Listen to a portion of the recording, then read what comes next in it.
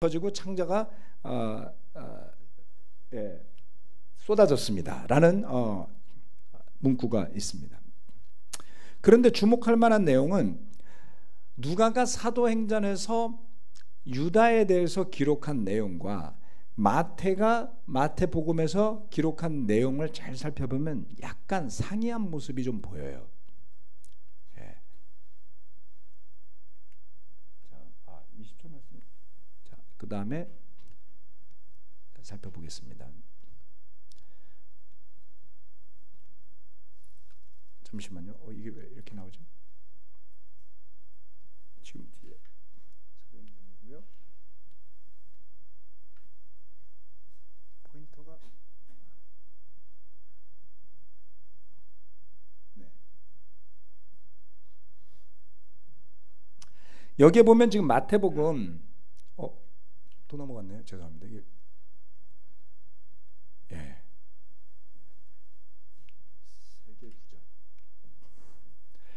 여기에 보면 마태복음 27장 5절부터 7절까지 말씀을 적었습니다. 여기에 보면 조금 전에 밑줄 친 그 사도행전 1장 17절 말씀과 비교해 보면 차이가 조금 있어요. 유다는 그 은돈을 성전에 내던지고 물러가서 스스로 목을 매달아 죽었다. 여기에 보면 목을 매달아 죽었다고 나오죠.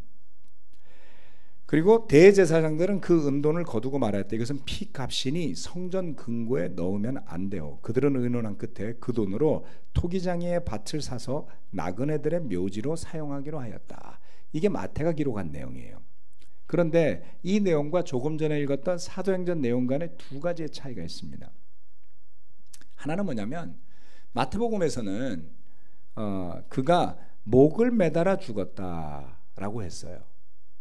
그런데 여기에서는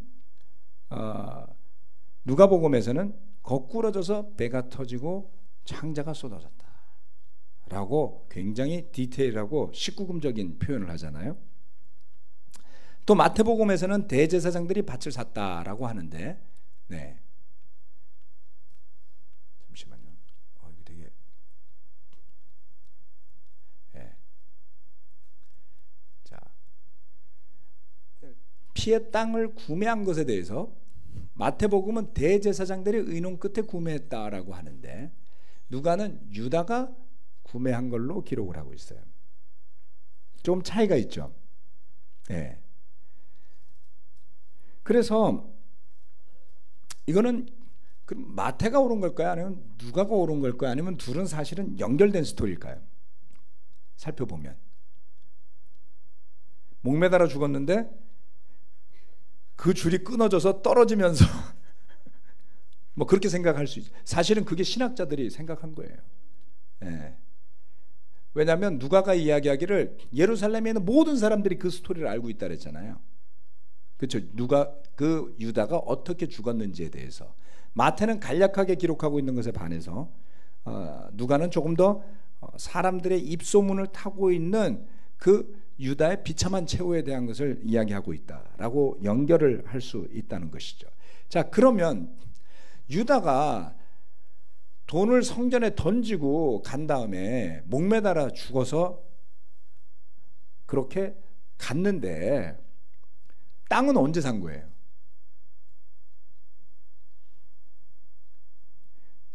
사도행전에서 이야기한 대제사장들이 아니죠. 사도행전은 유다가 샀다 그랬고요. 그 다음에 마태복음은 대제사장들이 샀다 그랬잖아요. 그럼 이건 어떻게 된 걸까요? 그것도 한번 생각을 해보세요. 퀴즈처럼. 예? 죽은 후에 샀어요? 유다가? 네. 네, 그렇죠. 대제사장들이 샀지만 그 돈은 유다 돈이었더라. 그러니까 유다가 산 거나 다름없다. 그렇게 볼 수 있죠. 그 말씀이 맞습니다. 사실은. 네. 그래서 이 두 가지가 굉장히 달라 보이지만 잘 살펴보면 연결을 시키면 하나의 스토리가 될 수 있다라고 설명하는 것이죠.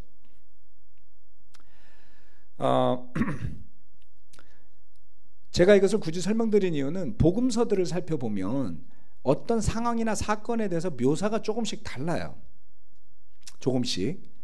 그리고 조금 차이가 나는 스토리들도 있습니다. 그래서 어떤 사람들은 성경이 이렇게 일치하지 않는 것 아니냐라고 그 부분을 가지고 이야기하기도 하죠. 그러나 각각 다른 관점에서 중점을 두고 쓴 내용들을 잘 살펴보면 보다 더 그러한 상황이 입체적으로 보인다라는 것을 생각할 수가 있습니다. 자, 이 유다의 죽음에 대해서 누가가 조금 더 극적이고 비참한 모습으로 그 배신을 언급한 내용은 사실은 의미가 있습니다. 믿음을 지키지 못하고 끝까지 신실하지 못한 사람의 결말을 이야기하는 것이죠. 성경은 늘 유쾌하고 좋은 이야기만 기록되어 있지는 않습니다. 여러분들도 잘 아시다시피 아나니아와 삽비라의 이야기가 사도행전 5장에 가면 나오게 되죠.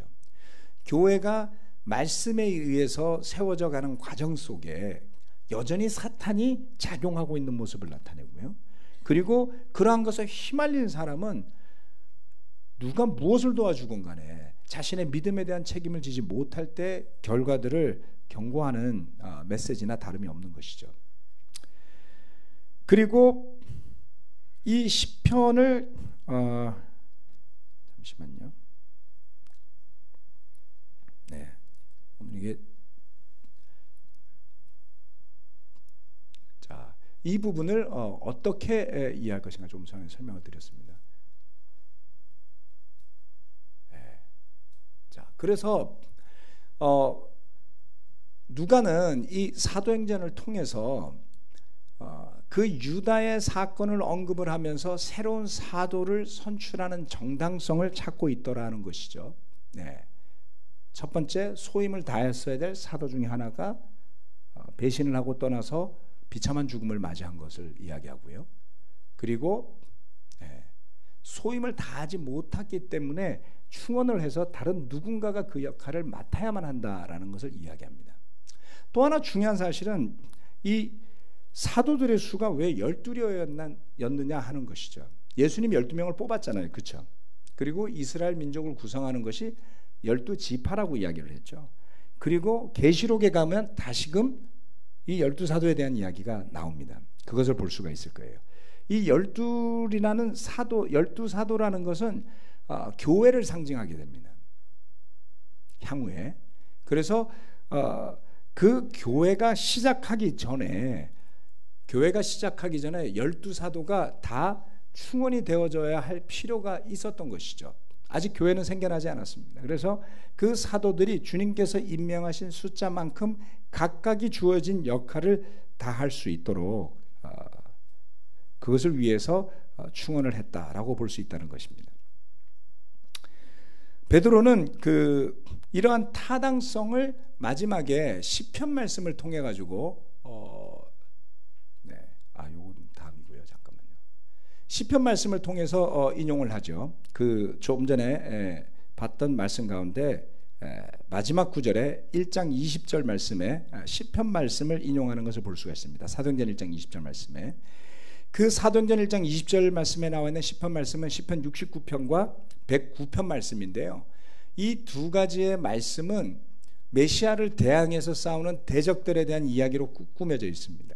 69절과 109편은 여러분들이 집에 돌아가셔서 주석을 보시면서 또는 성경 말씀을 보시면서 한번 참고해 보신다면 이 극적인 유다의 죽음에 대한 것, 그리고 새롭게 사도를 선출하기 위해 왜 69장과 109장을 인용했는지를 이해할 수 있는 배경을 제공하기 때문에 한 번씩 읽어보시기를 부탁을 드립니다.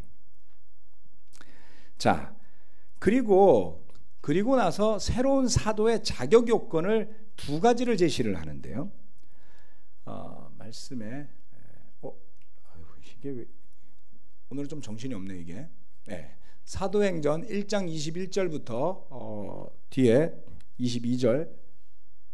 두 개 말씀입니다. 자, 1장 21절부터 22절까지 같이 한번 읽어보시겠습니다. 시작. 그러므로 주 예수께서 우리와 함께 지내시는 동안에 곧 요한이 세례를 주던 때로부터 예수께서 우리를 떠나 하늘로 올라가신 날까지 늘 우리와 함께 다니던 사람 가운데 한 사람을 뽑아서 우리와 더불어 부활의 증인으로 삼아야 할 것입니다. 23절은 안 나와 있네요. 이게 PPT가 오늘 좀 포인트도 좀 그렇고 다음 주에 좀 더 잘 준비하도록 하겠습니다. 자, 그래서 여기에 보면 두 가지 중요한 사실을 이야기하는데요. 하나는 뭐냐면 앞에 말씀을 보시면 예수께서 우리와 함께 지내시는 동안에 이렇게 이야기를 했고요. 즉 요한이 세례를 주던 때로부터 우리를 떠나 하늘로 올라가신 날까지 공생의 3년 기간을 의미하는 겁니다. 함께 했던 자 그리고 부활을 목격했던 자라는 두 가지의 조건을 제시합니다. 예수님의 공생의 기간을 같이 다녔던 이 12사도뿐만 아니라 다른 무리들이 함께 따라다녔었죠. 그렇죠? 때로는 그 무리가 아주 클 때가 있었고요. 때로는 그 무리가 작아진 때도 있었어요. 예. 요한복음 6장에 가면 많이 따라다니던 제자들이 예수님을 떠나고 더 이상 같이 다니지 않았다고 했습니다. 그러나 그러한 와중에도 계속 같이 다녔던 사람이어야 한다 라고 하는 것을 볼 수가 있습니다. 신실함의 상징이었겠죠. 여러분 힘들면 떠날 수도 있어요. 그리고 다시 돌아온다고 용서받지 못할 것도 아닙니다. 그러나 아무리 힘들어도 자리를 지키고 떠나지 않고 신실하다는 것은 언제나 어려운 일이겠죠. 두 번째는 부활하신 예수님을 직접 본 사람이어야 한다라는 두 가지의 단서를 달았습니다. 그래서 그 가운데 요셉이라는 사람과 마띠아라는 두 사람을 세웠습니다. 주님께서 직접 세우지 않은 사람 가운데 사도가 된 사람이 줄 중에 뽑혔던 마띠아가 유일합니다. 나머지 남아있는 11사도는 다 예수님이 직접 세우셨죠. 사도 바울도 예수님이 나타나서 그에게 미션을 주셨죠.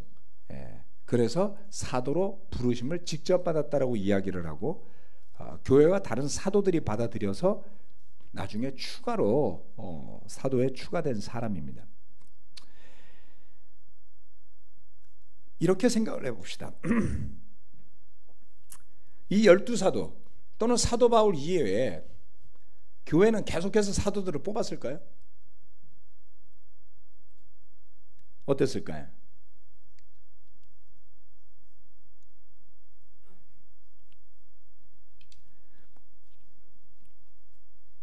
네, 이런 데서 이제 여러 가지 생각이 나오는 거죠.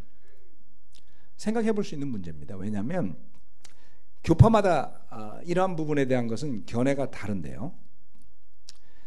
보수적으로 성경적인 기록만을 바탕으로 본다면 12사도와 사도 바울 외에 또 다른 사람을 어떤 형태로든 사도로 세웠을 가능성이 많지는 않습니다. 일단 기록이 되어 있지 않고요. 그런데 가톨릭 교회는 여러분 잘 아시다시피 교회의 수장을 베드로의 사도직을 계승한 사람으로 보게 되죠. 분명히 거기에는 이유가 있었습니다. 교회가 질서가 필요하고 너도 나도 우두머리인 상황에서 그 질서는 유지되기가 아주 어려워요. 여러 가지가 그것을 증명합니다. 아주 실용적인 여러 가지가 이유가 있을지는 모르지만 베드로의 사도직이 계승된다라는 가르침은 성경 어디에도 찾을 수가 없습니다. 베드로 자신이 그렇게 말하지도 않았고요. 그렇죠? 심지어는 사도 바울이 디모데에게 고린도 교회를 잘 인도하도록 권면하는 과정 속에서도 또는 디모데 전서와 후서를 기록하면서 그의 마지막이 다가왔다는 것을 직감하고 있는 상황에서조차도 어느 교회에도 바울의 사도직을 다른 누군가가 계승한다라는 글을 쓰지 않았어요. 베드로도 안 썼죠? 바울도 안 썼죠? 그럼 누가 쓴 거예요?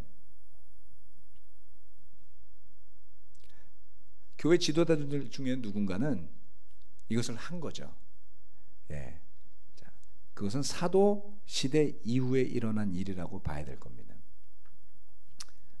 교회사를 읽어가다 보면 그런 과정이 쭉 설명이 나옵니다만은 제가 그 부분을 다 설명드리지는 않고 좀 생각을 해보시라고 부탁을 드리는 겁니다. 자, 저는 이것을 보면서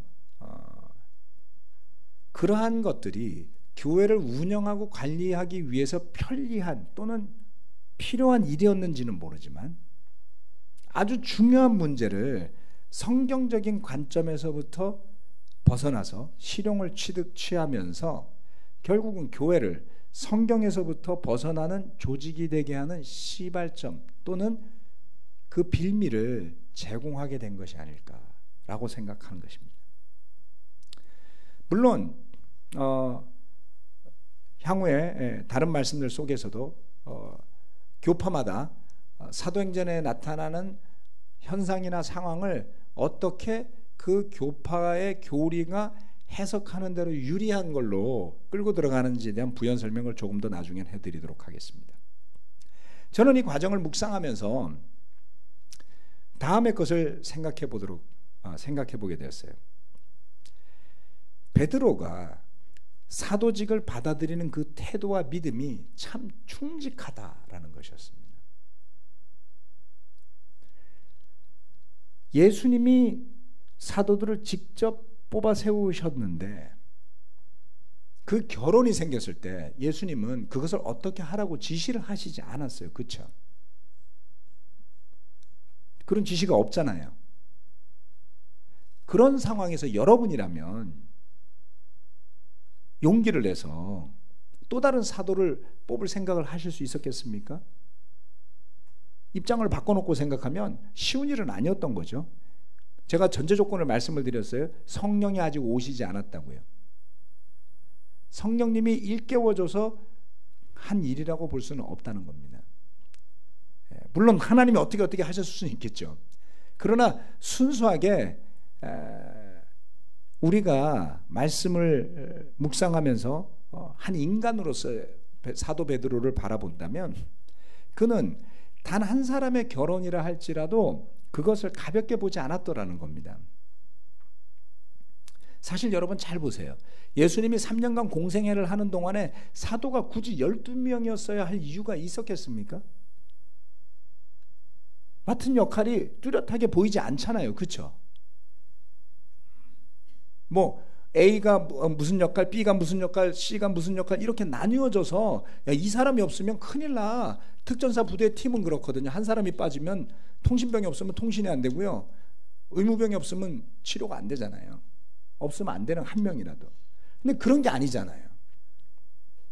그러나 베드로는 그 사도직을 정말 무겁게 책임감 있게 받아들였기에 한 명이 빠진 것에 대해서 그 기도하는 과정 속에서 반드시 새로운 사람을 뽑아야 되겠다라는 것을 생각하게 된 것이죠. 가볍게 보지 않았더라는 겁니다. 그리고 또 하나 놀라운 점은 베드로가 사도들과 더불어 교회를 세우고 또 이끌어가는 과정을 잘 살펴보시기 바랍니다. 첫 번째, 참으로 겸손해요. 베드로가. 그리고 베드로의 초점이 자기의 리더십에 가 있지 않습니다. 철저하게 복음에 초점이 가 있어요. 그렇지 않나요? 그리고 교회는 말씀과 그 사도들의 가르침에 순종했다라고 나와 있습니다. 주도권을 가지고 다투지 않아요. 물론 나중에 가서 여러 가지 갈등이 나타나는 상황에서 좀 더 추가적인 설명을 드리도록 하겠습니다. 베드로나 사도들이 완벽해서가 아니고요. 그들이 자기의 자아를 먼저 내세우지 않고 늘 주님을 먼저 세우고 생각했기 때문이 아닐까라는 것입니다. 돌아보면 예수님의 제자로 산다고 하면서 제 자신의 생각, 또 제 자신의 에고 이런 것들이 앞선 경우가 정말 많았구나. 그리고 그럴 때마다 실수가 있었고요. 그럴 때마다 문제가 있었던 것을 생각해 보게 됩니다. 사도 바울은 네. 이렇게 이야기를 했죠. 무슨 일을 하든지 주님께 하듯 하라. 골로새서 3장 23절 말씀입니다. 같이 한번 읽어볼까요? 골로새서 3장 23절 시작. 무슨 일을 하든지 사람에게 하듯이 하지 말고 주님께 하듯이 진심으로 하십시오. 대단하지 않습니까? 네. 사도들이 목숨을 걸고 산 사람들이었어요.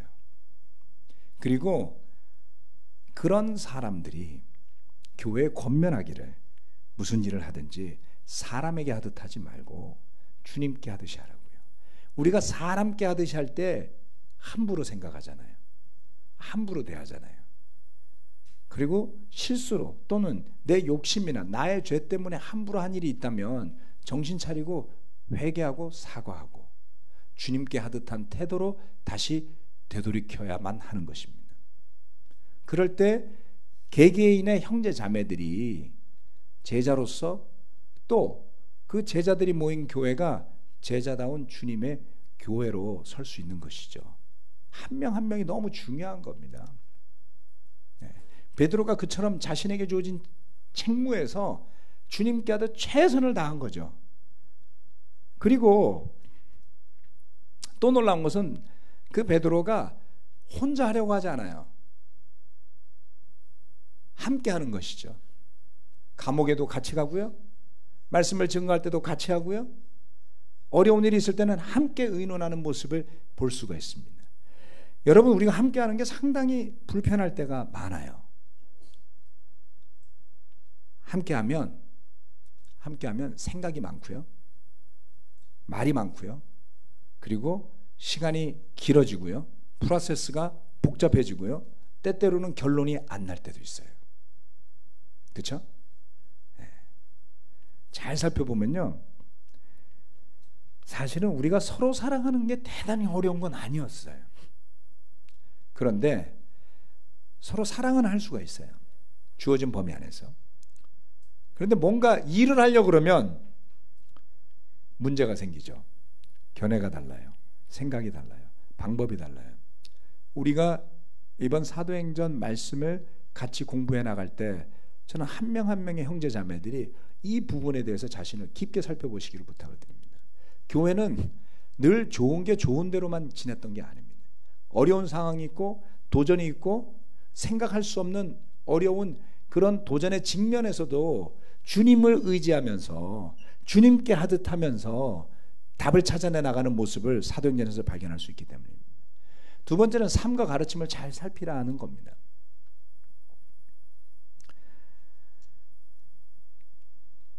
디모데전서 4장 16절 말씀인데요. 그대 자신과 그대의 가르침을 살피십시오. 이런 일을 계속하십시오. 이렇게 함으로써 그대 자신도 구원하고 그대의 말을 듣는 사람도 구원할 것입니다. 우리가 제자로서 자신의 결심을 한번 다져보았으면 하는 겁니다. 우리 신앙 생활에 제자로서의 삶에 장애가 있다면 그 장애가 어떤 것인지, 그리고 그 장애를 해결하기 위해서 무엇이 필요한지, 또 내가 어떤 모습이 되어야지 그런 문제들이 해결이 될지를 생각하며 기도할 필요가 있습니다. 우리가 제자로서요, 서로를 도와주는데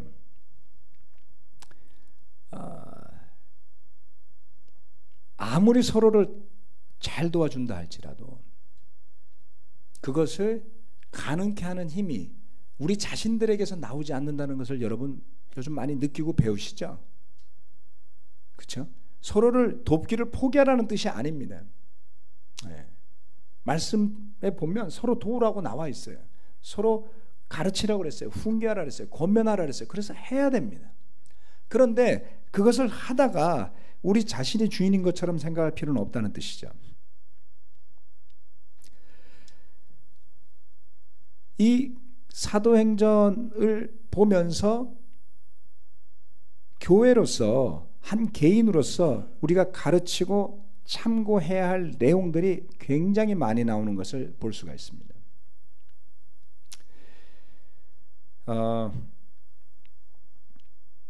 성경 말씀을 왜 우리가 거듭 반복해서 읽어보고 또 공부하는지, 왜 우리 자신의 삶에 그것을 비춰보려고 하는지, 이 말씀이 그것을 알려주고 있지 않은가 싶습니다. 자, 이 생각을 왜 해냈느냐라는 것을 조금 이따가 말씀드리겠습니다. 우리가 지속해 나갈 수 있는 강한 확신을 가지려고 하면 생각만으로 잘 되질 않아요. 생각만으로. 날마다 그 속에 머물러 있지 않으면 영향력의 싸움의 한가운데 저와 여러분이 놓여 있는 것을 보셔야 됩니다. 세상이 얼마나 영향력에 민감한지는 뉴스가 말해줘요. 굉장히 관심 있는 일이 생겼다가 그거보다 강력한 뉴스가 나오면 그 관심이 묻히죠. 그렇지 않나요? 정치인들과 그 뉴스 매체들은 여기에 굉장히 민감해요. 그래서 자기가 이길 수 있는 유일한 방법은 상대방의 관심을 뺏어오는 거예요. 상대방이 관심을 많이 가지도록, 국민이 관심을 많이 가지도록 좋은 소식을 던지려고 하고 좋은 모습을 보이려고 하고, 그 반대에 선 사람들은 끊임없이 나쁜 소식을 던지고 깎아내리려고 싸움질하는 진짜 멋진 드라마가 펼쳐지는 게 정치거든요. 여러분들 날마다 그 드라마를 보고 계신 거예요. 그게 영향력의 싸움입니다. 무슨 말씀을 드리는 거냐면, 저와 여러분이 서 있는 삶은 그런 사탄과 하나님의 영의 끊임없는 영향력의 싸움의 한가운데 서 있는 거예요. 그런데 내가 믿었고 나는 죄사함을 받았고 나는 구원을 받았으니 내 구원이 흔들 리가 없다라고 착각하고 사시면 어느 틈엔가 여러분은 세상적인 영향력에 삼켜져 있는 희생물로 전락할 수도 있다는 것입니다.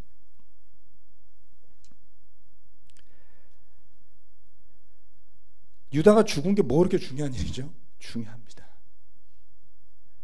사도의 결혼이 생겨서 그것을 뽑는 과정을 왜 이 사도행전의 뒷부분을 다 할애해서 적어놨겠습니까?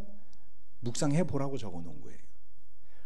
잘 살펴보면 사도행전의 중요한 부분들을 우리가 그냥 묵과하거나 관과하고 지나간 것들이 많을 겁니다.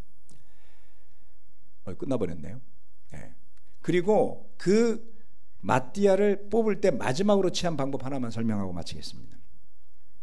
2명의 사도 후보가 세워졌을 때 어떻게 해서 마지막 사도를 선택합니까? 제비를 뽑았죠. 그렇죠? 신약 성경에서 제비 뽑는 과정이 또 등장하는데 어딘지 아시죠? 예수님의 십자가 아래에서 로마 병정들이 예수님의 옷을 나눌 때만 제비뽑기 이야기가 나오죠. 성경학자들이 이야기하는 것은 제비뽑기가 당시에 아주 널리 행해지는 그러한 관행이었다 그래요. 그리고 전도서 잠언 말씀에 가면 뭐 다들 읽으신 내용이니까 그냥 읽어만 드리겠습니다. 잠언 16장 33절 말씀은 제비는 사람이 뽑지만 결정은 주님께서 하신다. 그래서 한때 우리 교회에서 어떤 일이 있었냐면, 아유 그렇게 맨날 인도자들 답답하게 싸우지 말고 제비 뽑아서 리더 정하라고, 그런 말씀 하신 분이 있었어요. 그게 제일 성경적인 것 같다고. 성경에 있는 말이니까. 그렇죠. 그런데 여러분 잘 보세요. 이 요셉과 마띠아라는 두 사람을 두고서 그들이 기도하면서 아직 성령이 오지 않았어요. 주님이 이 결정을 내려주시기를 바라면서 제비를 뽑았단 말이에요. 그렇죠? 그래서 마띠아가 뽑힘으로써 그 마띠아를 뽑은 것이 비록 후보들을 추천은 했지만 마지막으로 뽑은 것은 우리가 아니라 주님의 선택이었다라는 믿음을 그들이 가지게 돼요. 그런데 그 이후에 또다시 제비를 뽑아서 리더를 세우는 일이 있던가요? 없죠.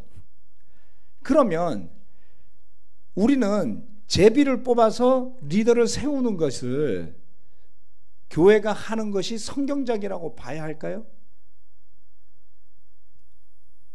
어떨까요? 자, 이제 이게 중요한 질문 중에 하나입니다. 왜냐하면 성경 말씀에 나오는 여러 가지 해프닝이 있어요. 이런 일도 있고 저런 일도 있고 이런 일도 있고 저런 일도 있는데요.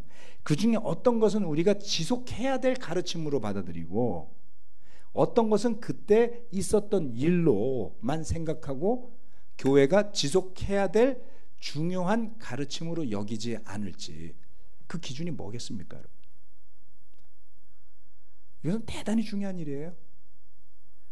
교파가 여기서 갈라지고요, 교리가 여기서 달라지기 때문입니다. 심지어는 우리 형제자매들의 이야기도 이건 성경에서 했으니까 이렇게 하는 게 성경적이야, 단 한 번의 사건을 가지고 그렇게 말할 수도 있어요.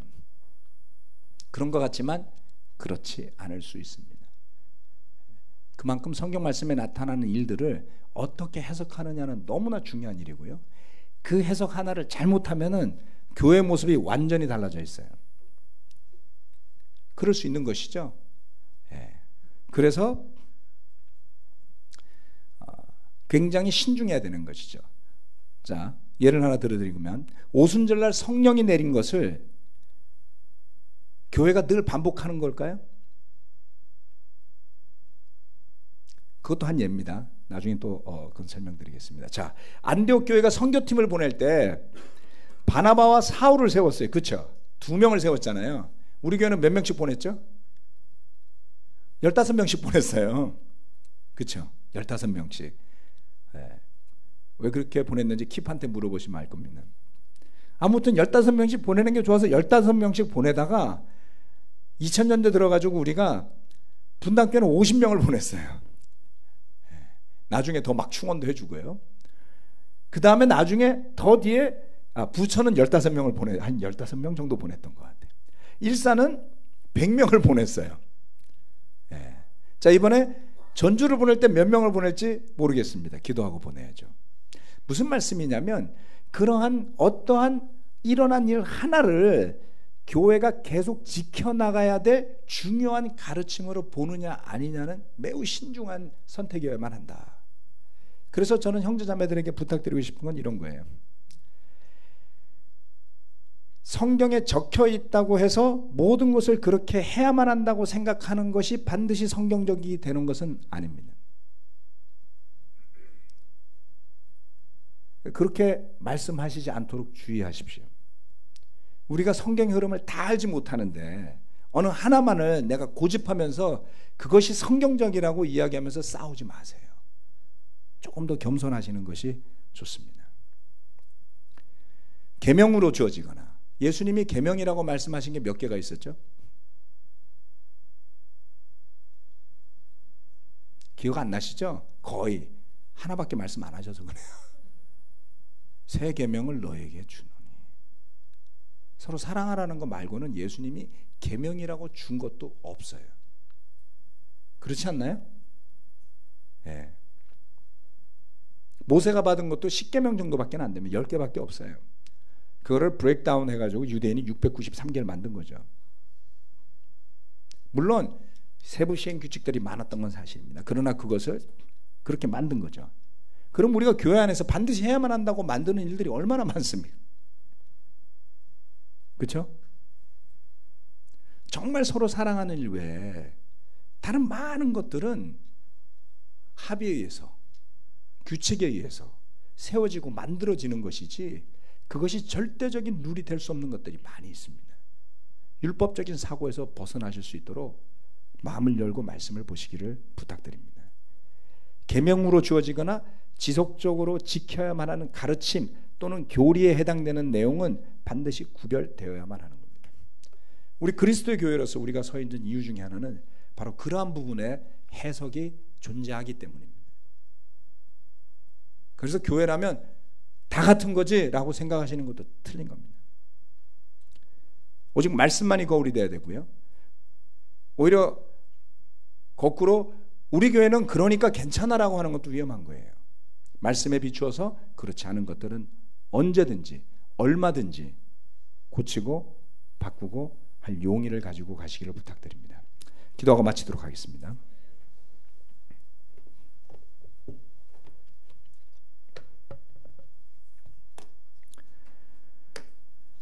전능하신 하나님 아버지, 오늘 우리에게 이렇게 예배드리고 찬양할 수 있는 좋은 여건, 건강, 장소, 시간을 주심을 감사드립니다. 때때로 우리가 누리고 날마다 우리 곁에 있는 것들을 소중히 여기지 못할 때가 많습니다. 또는 말씀에서 우리에게 전하고자 하는 메시지들을 충분히 잘 받아들이지 못할 때도 참 많이 있는 것을 보게 됩니다. 내 생각이 앞서서, 내 가치관이 앞서서, 나에게 지금 필요한 것이 앞서서 우리가 말씀을 떠나 내 생각대로, 내 뜻대로 살아가는 때가 너무나 많습니다. 그럼에도 불구하고 우리가 주님의 은혜 가운데 살아가는 것이 정말 기적이나 다름없는 것 같습니다. 아버지 하나님, 세상이 얼마나 강력한지 모르겠습니다. 세상의 가치관, 세상의 좋은 것들, 또는 세상에 유혹이 되는 것들, 우리를 제 가운데로 이끌어 가려고 발버둥치는 수많은 것들이 끊임없이 우리의 시야와 우리의 마음을 가리고, 또는 때때로 우리 가운데 부딪히는 인격적 부딪힘과 에고의 그 강함이 서로를 괴롭힐 때도 많습니다.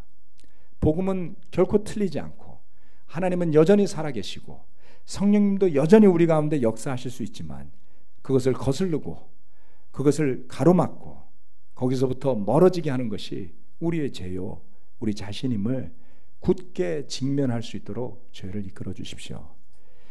함께 모이기를 힘쓰고 함께 기도하기를 힘쓰며 말씀 묵상하기를 힘써 행하라고 하신 말씀이 왜 있는지를 시간이 지날수록 깨닫게 됩니다.